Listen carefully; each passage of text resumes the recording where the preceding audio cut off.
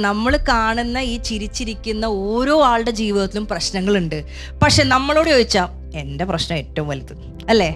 നമുക്ക് ഓരോരുത്തർക്കും തോന്നും എൻ്റെ ജീവിതം എന്താ ഇങ്ങനെ ആയത്, എനിക്ക് എല്ലാം ഉണ്ടായിട്ട് ഈ പ്രശ്നം എന്താ മാറാത്തത്. കാരണം നമ്മൾ ഫോക്കസ് ചെയ്യണ ഏരിയ അതാണ്. ഞാനൊരു സിമ്പിൾ സ്റ്റോറി പറയാം. നിക് വിജൂസിക് എന്ന് പറയുന്ന ഒരു കുട്ടി ഉണ്ടായിരുന്നു. ഈ കുട്ടിക്ക് 2 കൈയും 2 കാലും ഇല്ല, ഫുൾ ആയിട്ട് 2 കൈയും 2 കാലും ഇല്ല. അപ്പോൾ ഇവന്റെ ബ്രദേഴ്സിനൊക്കെ വളരെ നല്ല ഹെൽത്ത് ഉണ്ട്, വളരെ ഹെൽത്തി ആയിട്ടുള്ള പാരന്റ്സ് ആണ്. അപ്പൊ ഇവന് മാനസികമായിട്ട് ഞാൻ എന്തിനാ ഇങ്ങനെ ജനിച്ചത് എന്ന് ആലോചിച്ചിട്ട് ഭയങ്കര വിഷമിച്ചിട്ട് അവനൊരു 12 വയസ്സുള്ളപ്പോൾ അവന്റെ ഫ്രണ്ട്സ് എല്ലാവരും കളിയാക്കാനൊക്കെ തുടങ്ങിയപ്പോൾ അവൻ സൂയിസൈഡ് ചെയ്യാൻ തീരുമാനിച്ചിട്ട് ബാത്ത് ടബിലേക്ക് ചാടി. 2 കൈയും 2 കാലും ഇല്ലാത്ത കുട്ടിയാവുമ്പോൾ വെള്ളം ഇങ്ങനെ കുടിച്ചിട്ട് ഇതാവുമല്ലോ. അപ്പോൾ അവന്റെ അച്ഛൻ വന്നിട്ട് അവനെ കണ്ടിട്ട് വേഗം രക്ഷിച്ചപ്പോൾ അവനോട് ചോദിച്ചപ്പോൾ അവൻ കരഞ്ഞു പറഞ്ഞു, എൻ്റെ ജീവിതത്തിന് ഒരു അർത്ഥവും ഇല്ല, എന്നെ ജീസസ് ഇങ്ങനെയാണ് ഉണ്ടാക്കിയത്, അപ്പോൾ എനിക്കിനി ജീവിക്കണ്ട എന്ന് പറഞ്ഞു.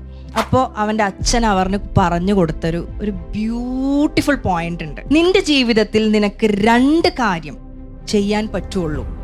ഒന്നെങ്കിൽ ദൈവം നിനക്ക് തരാത്ത കൈകളെയും കാലുകളെയും ആലോചിച്ച് എന്നും സങ്കടപ്പെട്ട് ദൈവത്തെ പഴിച്ചുകൊണ്ട് ജീവിക്കാം. അല്ലെങ്കിൽ ദൈവം തന്ന ബാക്കി ശരീരത്തിനും ശബ്ദം കേൾക്കാൻ പറ്റും, സംസാരിക്കാൻ പറ്റും, കണ്ണ് കാണാൻ പറ്റും. ഈ ഒരു ശക്തിക്ക് നന്ദി പറഞ്ഞുകൊണ്ടിരിക്കാം. ഈ ഒരു കാര്യം കേട്ടപ്പോൾ അവന്റെ ശൈലി മാറി. അവൻ ചിന്താശൈലി മാറിയോടുകൂടി ഇപ്പോൾ ലോകത്തിൽ ഏറ്റവും കൂടുതൽ പേയ്മെന്റ് വാങ്ങുന്ന മോട്ടിവേഷണൽ സ്പീക്കറാണ്.